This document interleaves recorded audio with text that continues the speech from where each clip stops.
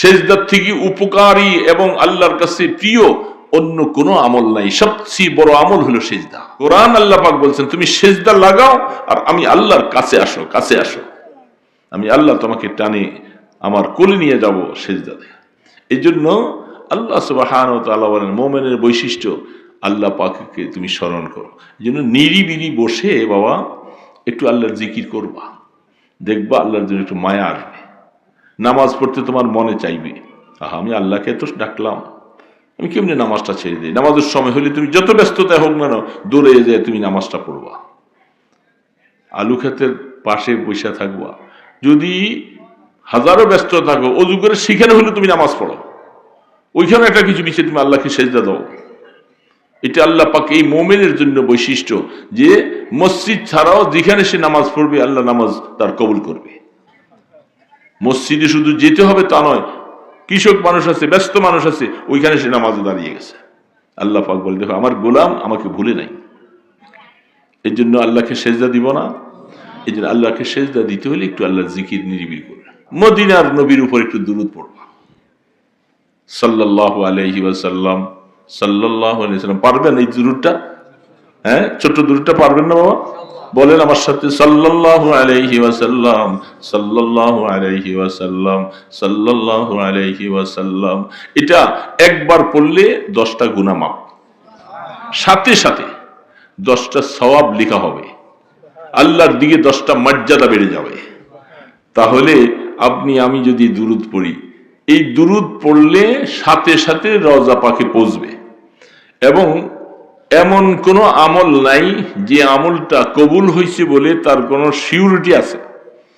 আশা করতেছি, নামাজ পড়লাম, জিকির করলাম, তেলাওয়াত করলাম, আল্লাহ তুমি কবুল করো, এটা আশা, কিন্তু কবুল নাও হইতে পারে।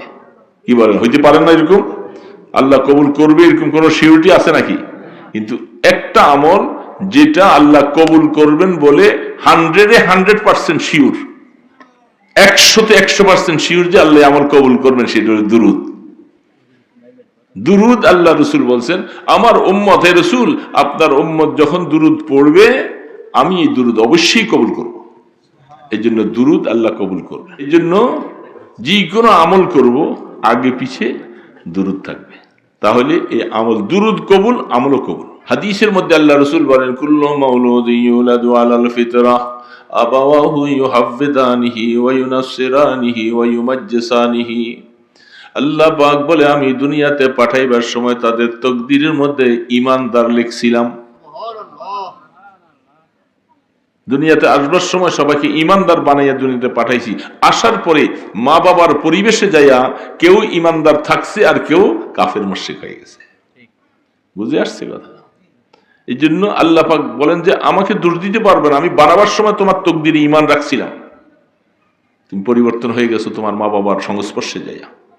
তো ওই ছেলেটা ইহুদির ছেলে, তার মৃত্যুর সময় কাছে গেছে। ছেলেটা বালেগ হয়েছে এমন সময় অসুস্থ হইয়া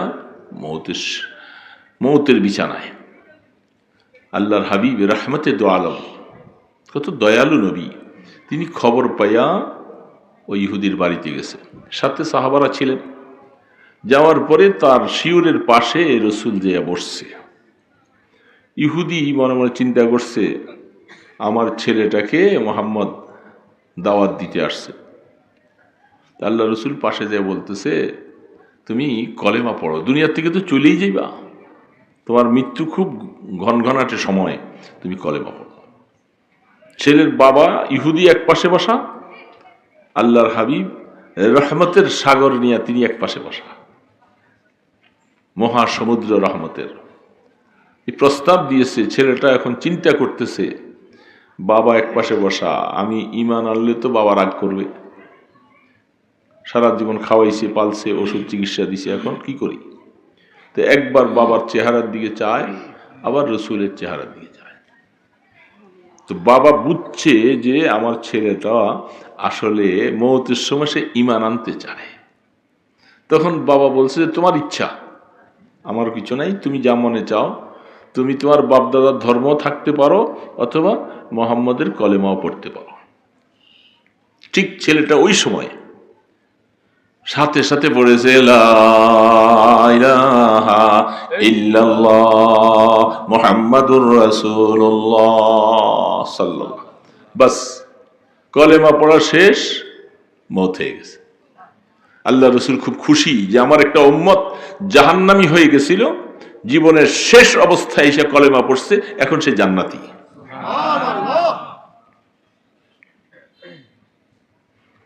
আল্লাহু আকবার। আল ঈমানু ইয়ানহাদিমু মা কানা ক্বাবলাকুম। রাহমাতে দো আলম বলেন, ঈমানের কলেমা এত বড় পাওয়ার, 70 বৎসর পর্যন্ত যদি মূর্তি পূজা করে কাফের থাকে, মওতের সময় যদি আইসা সে ঈমানের কলেমাটা পড়ে, সারা জীবনের গুনাহ সব মাফ। এই কলেমার এত পাওয়ার। রাসূল বলছেন তকদির ভালো তার, সাহাবায়ে কেরামদেরকে নিয়ে আসছেন, তাকে দাফন কাফন করবে জানাজা। রাসূল বলছেন সে একটা গুনাহ করার মতো সুযোগও তার হয় নাই, কলেমা পড়ছে আর ঈমান এসে গেছে। এই জন্য কোনো মানুষ যদি মওতের সময়, মওতের বিছানায় শুয়া ওই সময়ও যদি তার মৃত্যুর গড়গড়া শুরু হয় নাই, এমন সময় যদি সে গুনাহ থেকে তওবা করে, আল্লাহ আমি তো বুঝতে পারি নাই, জীবনে অনেক গুনাহ করেছি, শয়তান বলতেছে আমি বনি আদমকে পথভ্রষ্ট করে তাদেরকে গুনাহ করাইতে থাকবো। আল্লাহ পাক বলে তুই গুনাহ করাইতে থাকবি, আর আমার বান্দা যখন আমার কাছে আইসা যখন তওবা করবে আমি মাফ করতে থাকবো। তুই কত গুনাহ করাবি, আমি মাফ করতে থাকবো। এই জন্য তওবা করবো তো ইনশাআল্লাহ। তো কথা হলো, তাহলে মানুষের জন্য কয়টা কথা লেখা হয় দুনিয়াতে আসার আগে? এগুলি খন্ডাবার কোনো সুযোগ নেই। আর তাকদীরুল আয়াত, তকদির পরিবর্তন হবে না কোনোদিন। যেটা আল্লাহ মাইরা দিছে কলম, এটাই থাকবে। এই জন্য যা কিছু চেষ্টার পরে বলে এটা বুঝবো কেমন করে আমার কপালে কি লিখছে, এটা হলো চেষ্টার পরে যখন দেখবা যে বারবার চেষ্টা করছো আর ফলতেছে না, তখন বুঝবা যে এটা আমার তকদির ছিল। কি ছিল? এটা তকদির ছিল। এই জন্য তকদিরের উপরে বিশ্বাস করা ঈমানের দাবি। ওয়াল কদরি খাইরিহি ওয়া শাররিহি মিনাল্লাহি তাআলা। সব কিছু আল্লাহ পাকের, তকদির আল্লাহর হাতে। এই জন্য তারপরে 6 নম্বর হলো ওয়াল বাস বাদাল মাউত, মৃত্যুর পরে পুনরুত্থান হবে, হিসাব নিকাশ হবে, হিসাব দিতে হবে, মিজানের পাল্লায় যাওয়া লাগবে। এই ঈমান, এগুলি বিশ্বাস করার নাম মুমিন। এই সংক্ষেপে আমি বুঝাই দিলাম। অনেকে হয়তো এই কলেমাটা আরবিতে জানে না, কিন্তু বাংলায় এই শব্দগুলি মনে রাখা দরকার, তাহলে সে মুমিন হবে। তো আল্লাহ পাক মুমিনের কিছু বৈশিষ্ট্য বলছেন। আমরা এখানে যারা বসছি আমরা মুমিন তো বাবা? বলেন সবাই আলহামদুলিল্লাহ। আমরা কি? আল্লাহ আমাদেরকে দয়া করে আমাদের তকদির ভালো লিখছেন, আমাদেরকে মুমিন হিসেবে আল্লাহ লিখছেন। তবে জানা নাই, বহু মানুষ হায়াত শেষ করে ফেলে, মওতের আগে অনেক সময় এমন কিছু কাজ হয়, এমন কথা বলে যে কথার কাজের কারণে ঈমান শেষ হয়ে যায়। বলে নাউজুবিল্লাহ মিন যালিক, ঈমান শেষ হয়ে যায়। বহু মানুষ আছে। বুখারী শরীফে হাদিস আসছে, উহুদের যুদ্ধের মধ্যে, তার নাম কাজমান, বুখারী আলাইহি রাহমাতুল্লাহ হাদিস লিখছেন। এই লোকটা উহুদের যুদ্ধে খুব বল বিক্রমের সাথে জিহাদ করতেছে, তরবারি চালাইতেছে, কনসান তরবারি চালাইতে চালাইতে একজন সাহাবী দেখতেছে, আরে সে তো আজকাল জিহাদের ময়দানে খুব বাহাদুর সাথে যুদ্ধ করতেছে।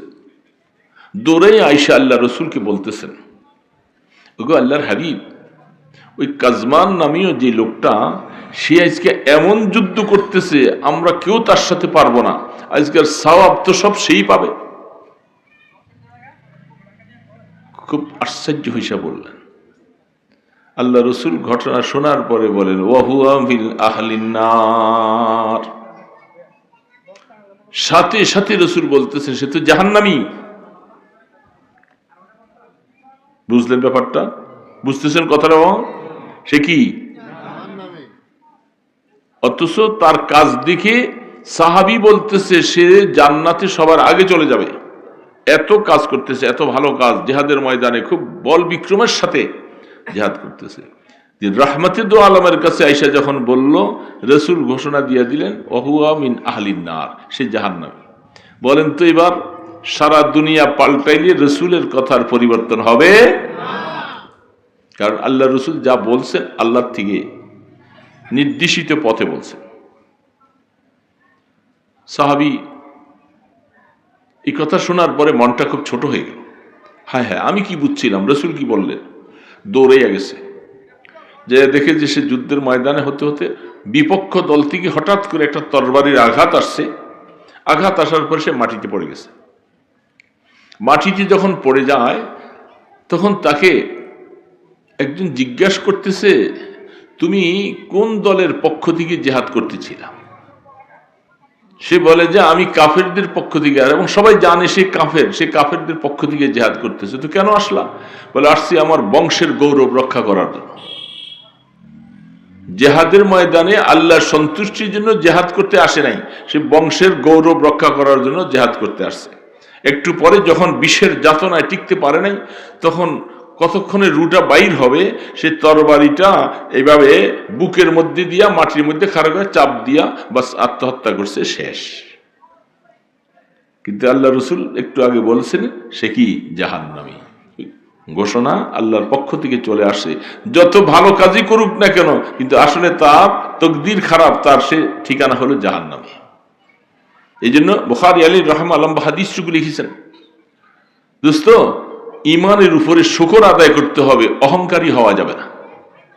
কথা বুঝতেছেন তো? আমি ইমানদার মুসলমান, আরে আমার ইমান যায় কই, খবরদার। এটা বললে আল্লাহ নারাজ হয়ে যাবে যে আমি মেহেরবানি করে তোমাকে ইমান দিয়েছি, আমি ইমানের যোগ্যতাও রাখি নাই, দয়া করে আল্লাহ আমাকে মোমেন বানাইছেন, শুকর আদায় করব। আল্লাহ তুমি কোনোদিন আমার ইমানটা ছিনাই নিও না, ইমান থেকে আমাকে মাহরুম করে দিও না। যদি ইমান না থাকে বাবা, সারা জীবন যা কিছু করলাম এগুলি সব শেষ হয়ে যাবে। এই জন্য সবসময় খেয়াল রাখবো, ইমান দিয়েছ, শুকর আদায় করতেছি, আল্লাহ আমার ইমানটা মওত পর্যন্ত টিকিয়ে থাকার তৌফিক দিবা। এই জন্য ইমানের উপর শুকর আদায় করবেন তো, অহংকারী হবেন, অহংকারী হবেন না। আর ইমানের যা দাবি এগুলি একটু চেষ্টা করে করা চাই বাবা। আমরা সকলে কি মরবো কি মরবো না? সবাই মরবে তো, মহিলা মরবে, পুরুষ মরবে, সবাই মরবে, কেউ বাকি থাকবে না। মরার পরে আল্লাহু আকবার, আমি কয়েকটা কথা বলছি, শেষ করেন আপনি, একটু তাড়াতাড়ি সরে যান, আপনার দিকে চাই দিচ্ছে সবাই। ওনাকে খানা খাইতে বলতেছে, গেলেই তো ভালো আছিল, ওনারা মেহমানদারি করতে চাইতেছে। আপনারা কি অসুবিধা হইতেছে বাবা? ইমানদারের কয়েকটা বৈশিষ্ট্য। ইন্নামাল মুমিনুনা আল্লাযীনা ইযা যুকিরাল্লাহু ওয়াজিলাত কুলুবুহুম ওয়া ইযা তুলিয়াত আলাইহিম আয়াতুহু যাদাতুহুম ঈমানা ওয়া আলা রাব্বিহিম ইয়াতাওয়াক্কালুন। আল্লাহ পাক বলতেছে, আয়াতে আরো সামনে লম্বা আছে, 6টা গুণের কথা এখানে বলছে। ইমানদারের বৈশিষ্ট্য, আমার দিলের মধ্যে ইমান আছে না নাই এটা একটু পরীক্ষা করার জন্য এই আয়াতটা দেখলে বুঝে আসবে। একটু আগে আমরা বলছি না সবাই আমরা মুমিন, কি বলছি কি বলছি না?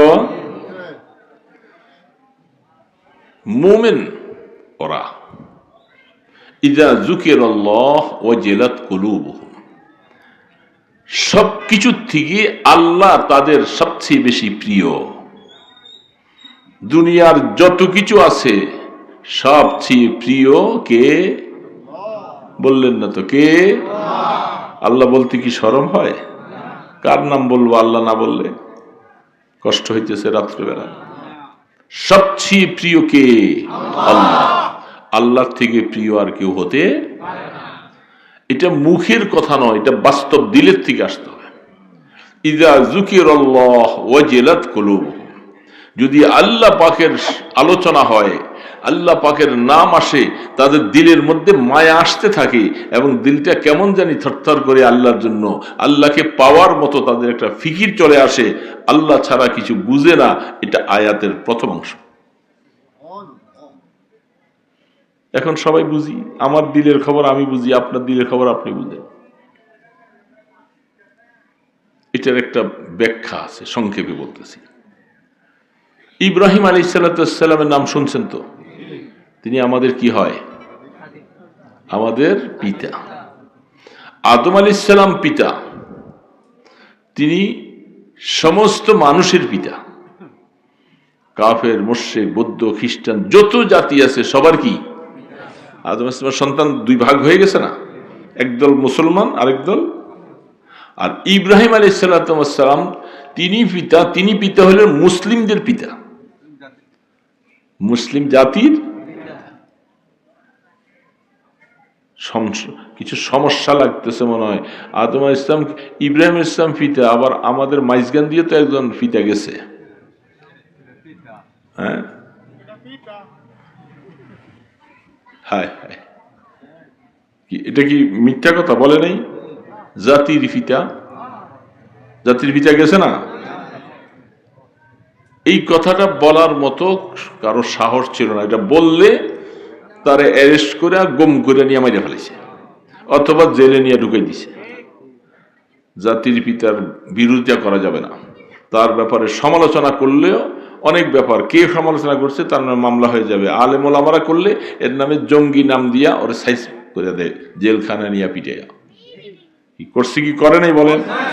এই জন্য জুলুমের ভয়ে অনেকে বলতে মনে চাইলেও বলতে পারেনি। এলো জাতির পিতা। আসল মুসলমানদের পিতা হলো ইব্রাহিম আলাইহিস সালাম, যেটা কোরআন স্বীকৃত। কিন্তু এরা বাঙালি জাতির পিতা বলছে। তো বাঙালির মধ্যে কি মুসলমান নাই? তো বাঙালি জাতির পিতা কয়জন? বাঙালি জাতির পিতা একজন, একমাত্র ইব্রাহিম আলাইহিস সালাম। আমাদের বাবা তিনি হলেন আমাদের জন্মদাতা, আর মুসলিম হিসাবে পিতা হলেন ইব্রাহিম আলাইহিস সালাম।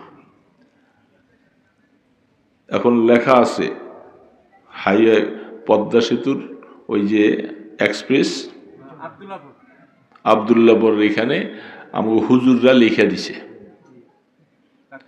জাতির পিতা ইব্রাহিম আলাইহিস সালাম। এটা এখনো আছে। আমরা দোয়া করি যেন সামনে যারাই ক্ষমতা আসবে তারা যেন এটাকে বহাল রাখে, এটা যেন কেউ আর ফেলে না দেয়। এটাই হওয়া উচিত। জাতির পিতা ইব্রাহিম, মুসলিম জাতির পিতা, অমুসলমানদের পিতা ইব্রাহিম আলাইহিস সালাম না। কারণ ইব্রাহিম আলাইহিস সালাম মূর্তি ভাঙছে, ভাঙে নাই। এখন আমরা কেবল মূর্তি বানাইছি। আমগো দেশের সরকার কি বানাইছে? মূর্তি বানাইছে। আর ইব্রাহিম আলাইহিস সালাম মূর্তি বানাইছে। তো এখন যারা মূর্তি কেবল বানায় তাদের পিতা ইব্রাহিম আলাইহিস সালাম হইতে পারে না। যারা মূর্তি ভাঙে তাদের পিতা ইব্রাহিম আলাইহিস সালাম। এর জন্য মনে রাখা লাগবে, মুসলিম জাতির পিতা মিল্লাতা আবিকুম ইব্রাহিম হুয়া সাম্মাকুমুল মুসলিমিন। আল্লাহ পাকের কোরআন বলছে যে আমাদেরকে মুসলিম করে নামকরণ করেছেন হযরত ইব্রাহিম আলাইহিস সালাম। তো তিনি জীবনে এত পরীক্ষা আল্লাহ পাক তার নিয়েছেন, আল্লাহু আকবার। এর একটা পরীক্ষা হলে তো আমরা সব ঈমান হারা হয়ে যাব, আমরা টিকতে পারবো না। এত পরীক্ষা দিয়েছেন ইব্রাহিম আলাইহিস সালাম।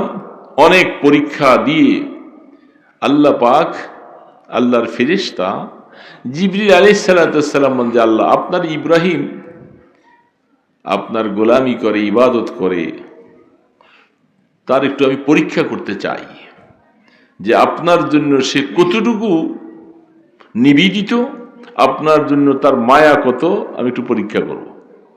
আল্লাহ পাক বলে, জিবরিল তুমি কি পরীক্ষা করবা, যাও। আমার ইব্রাহিমকে তুমি কি পরীক্ষা করতে চাও? ইব্রাহিম আলাইহিস সালামের অনেকগুলি মেষ, দুম্বা, ওট এগুলি অনেক ছিল। এগুলি সব জঙ্গলের মধ্যে চড়তেছে। জঙ্গলের এক পাশে একটা ছদ্মবেশে, ফকিরি ভেষে একজন মানুষ বসা আল্লাহ পাকের জিকির করতেছে। বসে বসে লা ইলাহা ইল্লাল্লাহ, লা ইলাহা ইল্লাল্লাহ। এটা মজা আছে না নাই বলেন তো? জিকিরে মজা আছে? আমরা তো অনেক সময় সুযোগ পাইও করি না, আমার মা বোনরাও করে না। জিকির করবো তো ইনশাআল্লাহ। নিরিবিলি বসে মসজিদের কোনায়, ঘরের কোনায় বসে বসে আসেন, জিকির করবেন। তো তিনি জিকির করতেছে, এত মজা, স্বাদ, এবং নবীর নাম নিয়ে ইব্রাহিম খলিলুল্লাহ, কলেমার শেষে ওই জামানায় নবীর নাম। ইব্রাহিম আলাইহিস সালাম তিনি পাশে দিয়া যাইতেছে, খবরও নাই, উনি জিকির করতেছে। ইব্রাহিম ইসলাম দাঁড়িয়ে গেলেন। আর এত সুন্দর করে আল্লাহর নামে জিকির করতেছে, কেটা এই লোকটা? আস্তে আস্তে পাশে গেছে। পাশে ওনাকে দেখা উনি জিকির বন্ধ করে দিয়েছে। বন্ধ করে দেওয়ার পর উনি বলছে, ভাই আপনি কে? এত সুন্দরভাবে আল্লাহর জিকিরটা করলেন, আপনি জিকিরটা খুব মজা লাগতেছিল, আপনি আরেকটু জিকিরটা করেন, আমার একটু শুনতে ভালো লাগে। যারা জিকির মজা লাগে তারা অবশ্যই নিজের মুখে হোক অথবা কেউ জিকির করতে থাকলে শুনতে ভালো লাগে। কি বলেন, ভালো লাগে কি লাগে না? উনি বন্ধ করে একবার চুপচাপ বলে, আপনি আপনার কাজে যান, আমাকে ডিস্টার্ব করবেন না, আমি আল্লাহ জিকির করতেছিলাম, আপনাকে শোনাই কি লাভ হবে, আপনি যান। না ভাই একটু শোনান না, কি অসুবিধা? তো উনি সুযোগ পাইছে, তা আমি আপনার জিকির শুনাইলে আমার কি লাভ হবে? তো আপনি কি চান? বলে, আমি চাই আপনি কি দিতে পারেন? বলে, এই যে দেখো জঙ্গলের মধ্যে এই যে আমার সমস্ত মেষ, দুম্বা, রাখাল এগুলি করতেছে, এগুলার অর্ধেক তোমার দিয়ে দেব। কয় বুঝে শুনে বলতেছেন তো? বলে হ্যাঁ। তো উনি একবার জিকির পড়লেন, এত মজা করে পড়লেন। ইব্রাহিম ইসলাম পাগলের মতো, যে আল্লাহর জন্য সমস্ত কিছু বিসর্জন দিলেন, আগুনে জ্বললেন। আহা, সারাটা জীবন, ওনার জীবনের পরীক্ষাগুলি কোরআন খুলে দেখেন, এত পরীক্ষা আল্লাহ পাক নিয়েছিলেন। তো উনি এখন বুঝেন তো, সব ঝামেলা শেষ হইয়া আল্লাহর নাম শুনতেছে, কি যে মজা লাগে তার কাছে। ওই বেচারাও একবার বলেই শেষ। ইব্রাহিম আলাইহিস সালাম ভাই একবার বলে শেষ করলেন। বলে আমি একবারে, তুমি বলছো আমার অর্ধেক দিবা? বলে আরেকবার বললে সবগুলি দিবা তো? বলে হ্যাঁ, আরো অর্ধেক দিয়ে দেব। উনি জিকির করলেন, এবার বন্ধ হয়ে গেছে। ইব্রাহিম ইসলাম বলতেছে, ভাই আমি যাইতে মনে চায় না, তুমি আমাকে আরেকটু শোনাও। বলে, এবার তুমি দিবা কি? এবার তো তোমার দেওয়ার কিছুই নেই। বলে হ্যাঁ, কিছু নাই, এবার তুমি কি চাও যদি বলো, আমার ইব্রাহিমের কলিজাটা সিরা তোমাকে দিয়ে দিব। সত্যি পারবা তুমি? বলে হ্যাঁ। তিনি আল্লাহ পাকের জিকির করলেন কয়েকবার। জিকির করার পর, কলিজা কেমনি দিবা? বলে তাহলে তুমি বলো, আমি এখন মরে যাবো, আমার কলিজাটা ফেলে দিব। তিনি বলতেছে, ইব্রাহিম আপনার কলিজা দেওয়া লাগবে না, বকরিও আমি নিব না, আপনি আমাকে চিনেন নাই, আমি ফেরেশতা জিবরিল। আল্লাহ পাকের কাছে বলছিলাম, আল্লাহ আপনার ইব্রাহিমকে আমি একটু পরীক্ষা করব, ইব্রাহিম আপনার কত বড় আশেক। আল্লাহ পাকের অনুমতি নিয়ে আইসা দেখলাম যে আসলে বাস্তব এত আশেক আপনি, আল্লাহর নামের জন্য আপনার জীবনটা বের করে দিতে রাজি। জিবরিল আলাইহিস সালাম যে আল্লাহর কাছে বলছেন, আল্লাহ আপনার ইব্রাহিম বাস্তবে আপনার জন্য জীবন উৎসর্গ করেছে, নমরুদের আগুনে পড়তেছে, কোনো পরোয়া করে নাই। আগুনটা যখন জাগিত করব, জিবরিল সামনে আইসা বলছিল, ওগো ইব্রাহিম তুমি বললে আমি নমরুদের আগুনটা নিভাইয়া দেই। ইব্রাহিম আলাইহিস সালাম জিজ্ঞাসা করতেছে, আপনি কে? বলে আমি জিবরিল ফেরেশতা, আমাকে আল্লাহ পাক ক্ষমতা দিছেন, পাওয়ার দিছেন, আমি একটু ডানা দিয়ে আঘাত করলে নমরুদের আগুন সব নিভে শেষ হয়ে যাবে। ইব্রাহিম আলাইহিস সালাম, আল্লাহু আকবার। বাবা, আমি কথা প্রসঙ্গে আইসা গেছে আর কি, এটাকে তৌহিদে খালিস বলা হয়। ইব্রাহিম আলাইহিস সালাম বলতেছেন, আপনি আসলেন, আপনাকে কি আল্লাহ পাঠাইছেন, আপনি নিজে আসছেন? বলে আমি নিজে আসছি। বলে আপনি নিজে আসলে আপনার সাহায্যের আমার দরকার নাই, আপনি চলে যান। আমাকে যে আল্লাহ বানাইছেন, আমি যে আল্লাহর জন্য আগুনে জ্বলতেছি, সে আল্লাহ আমাকে দেখেন না? বলেন না, আল্লাহ দেখেন না? আমি আপনার সাহায্য কেন নেব? আপনি আমাকে ডিস্টার্ব করেন না। আমি এবার আল্লাহ পাকের তৌহিদের উপরে আমি আছি, আমি এই অবস্থায় জীবন দিয়ে ফেলবো, তবু আমার আল্লাহ নিয়ে আমার উপর একটু রাজি থাকে। জিবরিল আলাইহিস সালাম সরে গেলেন। জিবরিল আলাইহিস সালাম দেখছে যে আসলে ইব্রাহিম আল্লাহর জন্য এত নিবেদিত জীবন সব বিলীন করে দিতে পারে, কিন্তু ইব্রাহিম আলাইহিস সালাম অনর। এই কারণে আল্লাহ পাকের পুরস্কার। সমস্ত জানোয়াররা সবাই কাঁদতেছে, আল্লাহ আপনার খলিল ইব্রাহিমকে নমরুদ, সে একটা নমরুদ, আপনার কাছে তার কি শক্তি? সে আপনার ইব্রাহিমকে এইভাবে করে আগুনে পুড়বে। আর ইব্রাহিমকে মারার জন্য আগুনে পড়া লাগে নাকি? এর দরিয়াটা বান্ধে একটা কোপ দিলেই তো শেষ হয়ে যায়। কি শেষ হয়ে যায় না? এর জন্য কত আগুন, কত লাকড়ি, কত কিছু জমা করা সবাইকে আইনা এটা আল্লাহ পাক দেখাইছে, দেখো তোরা এত কিছু চেষ্টা করলি আমার ইব্রাহিমকে মারার জন্য, কিন্তু আমি আল্লাহ ইব্রাহিমের পক্ষে, তোমরা ইব্রাহিমের একটা পশমও জ্বালাইতে পারো। এই জন্য তাকে ভিতরে ওইটা ঢুকেছে, না তো ইব্রাহিমকে মারবে, হাতে ধরে শুলিতে চড়াই দিবে, একটা কোপ দিয়া দিবে, কাইটা দিবে, শেষ হয়ে যাবে। তারা এত পরিকল্পনা কেন করলো? এটা আল্লাহ পাক ইব্রাহিমের মাকাম দেখাইতেছেন।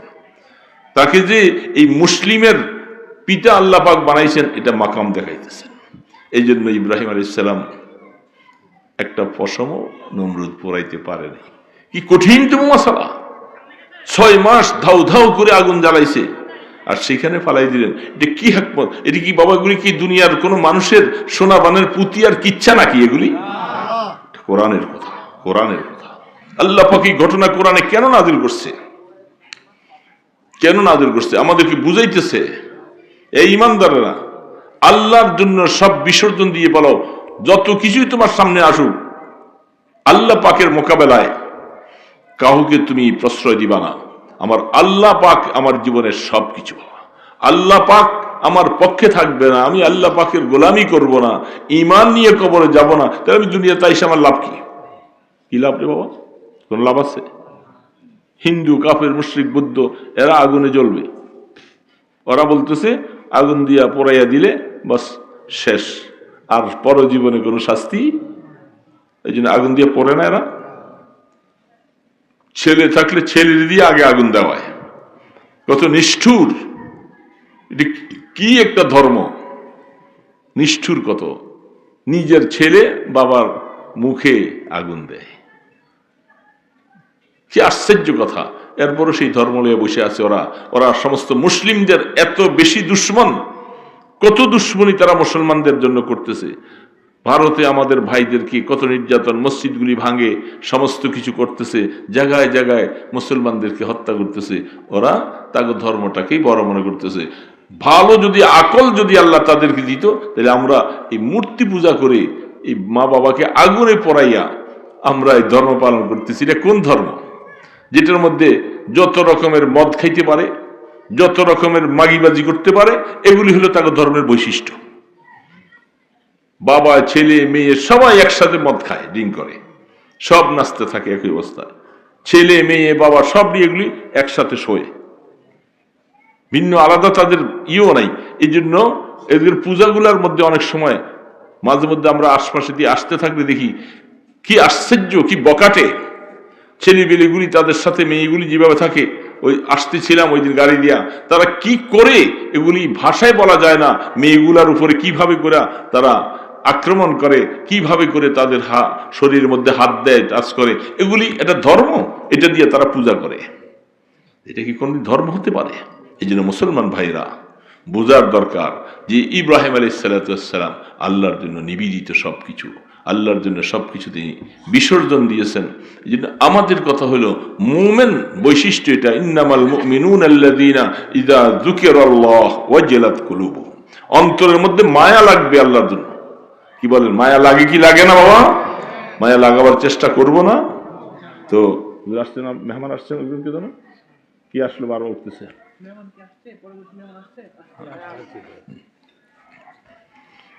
তো এটা হলো 1 নম্বর ইমানদারের বৈশিষ্ট্য, আল্লাহর জন্য। এই জন্য আল্লাহর জন্য মায়া লাগাইতে হইলে 1 নম্বর হলো নামাজ পড়তে হবে। কি পড়তে হবে বাবা? এই কপালটা কার সামনে ঠেকাবেন? আল্লাহর কুদরতি পায়ে। কোরআন শরীফে আছেন,